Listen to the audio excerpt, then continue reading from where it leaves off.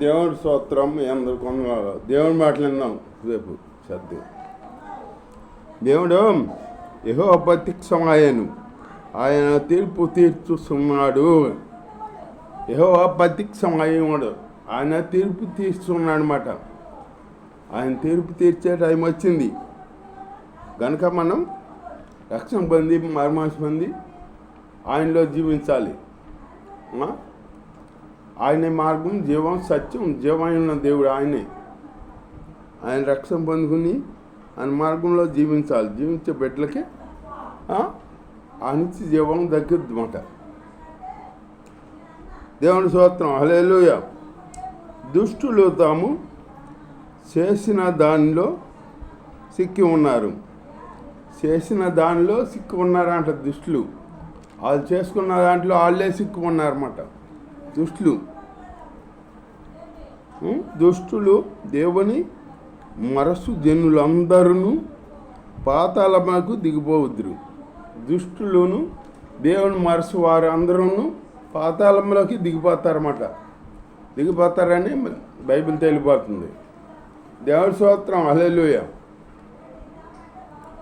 దేవుడు తెలుసుకుని మనం దుష్టులేగా ఉండకుండా నీతి మార్గాన్ని అనుసరించుకుని నీతి న్యాయం కలిగి జీవించుకోవాలి. మనం ఈ లోకంలో జీవిస్తాం, ఎన్నాళ్ళు జీవించినా ఏముంది, మంచిగా జీవించాలి.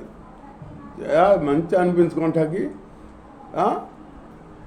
ఎంతో కాలం పడుతుంది. అదే చెడు అనిపించుకుంటాకి క్షణం చాలు. చెడ్డగా మనం ఉండకూడదు. మనం జీవించామంటే మన జీవితానికి ఒక విలువ ఉండాలి. అతను జీవించాడురా, మంచిగా జీవించాడు అని చనిపోయినప్పుడు చెప్పుకోవాలి. చనిపోయినప్పుడు అతను లాంటి మంచి మనిషి చనిపోయాడురా అని అనుకోవాలి. మంచి చేసేవాడు, మంచిగా మాట్లాడేవాడు, మంచిగా ఉండేవాడు అని అనుకోవాలి. అంతేగాని పోతే పోయాడులే, అతను పోతేనే మంచిదిలే, ఏ గొడవ లేకుండా ఉంటుంది అని అనుకోకూడదు. మన గురించి దేవుని స్తోత్రం, మన గురించి గొప్పగా చెప్పుకోవాలి. కానీ మనం పోతే పోయాంలే, వాళ్ళు పోతే పోయాడులే, గొడవ లేకుండా పోయినాయి అనుకోకూడదు. మంచి మనిషి వెళ్ళిపోయాడురా, చక్కగా మాట్లాడేవాడు, చక్కగా మంచి పనులు చేసేవాడు, నీతికి నడుచుకునేవాడు, అందరం ప్రేమించేవాడు, ప్రేమ కలిగిన జీవితం జీవించాడు ఆ బిడ్డ అనుకోవాలి. అట్లాంటి జీవితం మనం జీవించాలి. మనం ఈ లోకంలో జీవిస్తాం, ఎంతో కాలం జీవిస్తాం. జీవించి ఏం లాభం? మంచి అనిపించుకోవాలి, మంచి వాళ్ళుగా ఉండాలి. అది చెడోడు వెళ్తున్నాడు అనుకో, ఏదంటే ఎవరు పట్టించుకోరు. అదే మంచోడు వెళ్తున్నాడు అనుకో, ఎందరో పట్టించుకుంటారో, అందరూ మంచోడని అందరూ చెబుతారు. మంచి చేసేవు ఆ బిడ్డ అని అందరు పలకిస్తారు. అదే చెడ్డోడు వెళ్తుంటే చెడ్డోని పలకిస్తారా? అంటారు చూడు, లోపల చెప్త పేడ మీద అంటే గడ్డి వేస్తే మన మీదే సిందుద్ది. అట్లాగే పెంట మీద గడ్డి వేస్తే మన మీద సిందుద్ది అని చెడోడు వెళ్తుంటే ఏం మాట్లాడరు. అదే మంచోడు వెళ్తుంటే అందరు పలకిస్తారన్నమాట. అలా మంచిగా జీవించాలి మనం, అంతేగాని చెడ్డోడుగా జీవించకూడదు. మంచిగా జీవించి మన జీవితం ఒక సాధ్యకం ఏర్పడాలి. దరిద్రులు నిత్యము మరువబడుదురు. దరిద్రులు అంట నిత్యం మరువబడుతారంట. బాధపడిసి వారి నిరీక్షణ శబ్దం ఎన్నటికీ నశించును. బాధపడిసి వారి నిరీక్షణ శబ్దం ఎన్నటికీ నశించిపోద్దంట. బాధ పెడతారుగా మనలే, మనిషిని బాధ పెట్టే వాళ్ళు వాళ్ళ నిరీక్షణ అన్నట్టుగా మరుగుపడుతుంది. మరుతాడు, దేవుడు మరుతాడు అన్నమాట. వాళ్ళని గుర్తించుకోడు. అంటారు చూడు, వాళ్ళని వదిలేసేసి బతికేందుకు అతను వదిలేసాము, అతని వాళ్ళకి ఇచ్చాము ఒకటే, కుక్కతో మాట్లాడిన ఒకటే అంటారు చూడు లోకంలో. అట్లాగే అతన్ని అట్లా ఉండకూడదు. మనం కుక్క బతకూడదు అంటారు చూడు. వారిని బతికిన అంశలాగా బతకాలంట. కాకి లేక కలకాలం బతికంటే 6 నెలలు బతికిన అంశలాగా బతకాలంట. అట్లాగే అంశలాగా మనం నేను పవిత్రమైన జీవితం జీవించాలన్నమాట. అట్లాంటి జీవితం జీవించాలి. దేవుడి స్తోత్రం. అంతేగాని అనిపించుకునే బతకూడదు. మనం బతికామంటే బతికి ఒక విలువ ఉండాలి మాట. యెహోవా లెమ్ము, నరులు ప్రబలక పోవునుగాక. అంటే నరులు చెడ్డ పనులు చేస్తారు చూడు, వాళ్ళు ప్రబలలేక పోవునుగాక అని భక్తుడు చెబుతున్నాడు. యెహోవా లెమ్ము, వాళ్ళని నాశనం చేయమంటున్నాడు అనమాట. నీ సన్నిధిని జనములు తీర్పు పొందుదురుగాక. జనములో నీ సన్నిధి తీర్పు పొందుదురుగాక అంటున్నాడు. తీర్పు మనం దేవుడి సన్నిధిలో ఒకరోజు తీర్పు ఉంటుంది. ఆ తీర్పులోకి వెళ్ళకుండా ఉండాలంటే మనం మంచిగా ఉండాలి. దేవుడిని అంటిపెట్టుకుని ఉండాలి. అంత అట్ట మంచిగా ఉంటే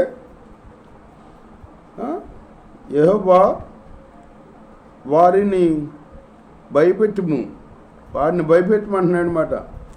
అన్ని జనుల్ని తాము నరమాత్రులమని జనులు తెలుసుకుందిరుగాక. మనం ఏమాత్రం వాళ్ళం, నరమాత్రం మన బతికేముందే అని వాళ్ళు తెలుసుకోవాలి. తెలుసుకునేటట్టు చేయమంటున్నాడు దేవుని స్తోత్రం. హల్లెలూయా. యెహోవా నీవెందుకు దూరంగా నిలుచున్నావు అంటున్నాడు. ఆపత్కాలంలో నీవెందుకు దాగి ఉన్నావు?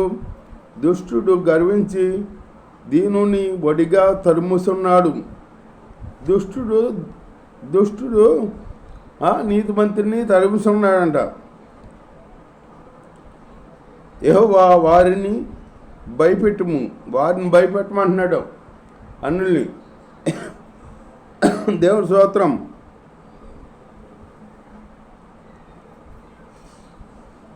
దుష్టుడు గర్వించి దుష్టిని వడిగా తరుముస్తున్నాడు.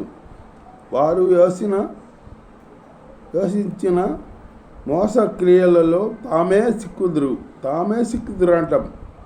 వాళ్ళు చేసిన మోసంలో వాళ్ళే సిక్కుపడతారంట దుష్టులు. దేవుడి స్తోత్రం. హల్లెలూయా. దుష్టులు తమ మనోభిలాసాన్ని బట్టి అతిశయపడుదురు. అంటే వాళ్ళు చేసేదే మంచిది అనుకుని వాళ్ళు అతిశయపడతారు, గర్వేస్తారన్నమాట. అది మంచి పని కాదని వాళ్ళకి తెలీదు. మనం చేసే చెడ్డ పని మనల్ని అందరూ ఎన్ని అంటున్నారో అనుకోరు వాళ్ళు. చెడ్డ పని చేసేవాళ్ళు అనుకుంటారో నేను చేసేదే మంచిది అనుకుంటారు. నేను చేసే పనే మంచిది, నేను చేసే పనే నీతిగా నేను ఉంటున్నాను అనుకుంటారు. అతను వెళ్తుంటే అందరూ తిడతారో అది తెలీదు అతనికి. అట్లా ఉండకూడదు. ఒకరితో అనిపించుకొని బతకూడదు. మనం ఉన్నామనుకో, ఒకళ్ళు మన గురించి చెప్పుకోవాలి. అతను ఉన్నాడంటే ఒకళ్ళు స్త్రీడు మంచిగా జీవిస్తాడు, మంచిగా ఎక్కడుంటాడు ఎక్కడ లేడో అని చెప్పుకోవాలి. అట్లాంటి జీవితం మనం జీవించాలి. దేవుడి స్తోత్రం.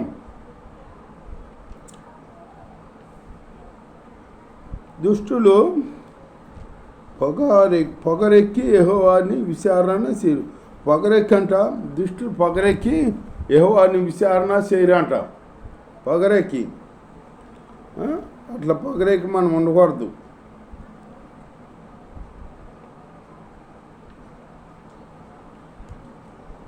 దేవుడి స్తోత్రం. హల్లెలూయా. దేవుడు లేడని వారు ఎల్లప్పుడూ యోచించుదురు. దేవుడు లేడని వాళ్ళు ఎల్లప్పుడూ చేస్తారంట. దేవుడు లేడని వారు ఎల్లప్పుడూ భయము మానుకొని ప్రవర్తించుదురు. నీ న్యాయ విధులు ఉన్నతమైనవై వారి దృష్టికి అందకుండును. అంటే దుష్టులు ఆలోచనకి మనం అందకూడదు అని దేవుణ్ణి ప్రార్థిస్తాం అన్నమాట. దేవుడు వారు తమ శత్రువులందరినీ చూసి తిరస్కరింతురు. మేము కదల్చబడము, తరతరములు వరకు ఆపద చూడమని నీతిమంతులు చెబుతున్నారు అనమాట. నీతిమంతులు తరతరముల వరకు మేము ఆపద చూడమంటున్నారు అనమాట. వాళ్ళ నీతి అలా బలపడుతుంది, నీతిగా ఉన్నారు కాబట్టి అది చెప్పగలుగుతారు. అలా మనం చెప్పగలగాలంటే మనం నీతి కలిగి జీవించుకోవాలి, అన్యాయంగా జీవించకూడదు, నీతి న్యాయం కలిగి జీవించాలన్నమాట అని వారు తమ హృదయంలో అనుకొందురు. వారి నోరు శాపంతోనూ కపటంతోనూ వంచనతోనూ నిండి ఉన్నది. పాపంతోనూ శాపంతోనూ కపటంతోనూ వంచనతోనూ నిండి ఉందంట. ఆ దుష్టులు వారి నాలుక కింద సేటు ఉన్నది. సేటును పాపమును ఉన్నది. పాపం ఉందంట. తామున్న పల్లెల యందు మాటు చోటులలో పంచి ఉందిరంట. వాళ్ళున్న పల్లెటూరులో మాటు చోటుని పంచి ఉంటారంట. అంటే దుష్టుడు మాటుగా ఉండి ఈ నీతి మంత్రిని ఏదో ఒకటి చేయాలని ఆలోచించేస్తాడనమాట. అట్లా మనం ఉండకూడదు. నీతి న్యాయం కలిగి జీవించుకుంటూ దేవుణ్ణి మనం గడపరుచుకునే జీవితం కలిగి నిత్యం ఆయన్ని కనపరుచుకుంటూ ఆయనలో జీవించాలి. అలాంటి జీవితం దేవుడు మనకు అనుగ్రహించి ఇంకొక దేవుడి మాటలు దీవించుగాక. ఆమె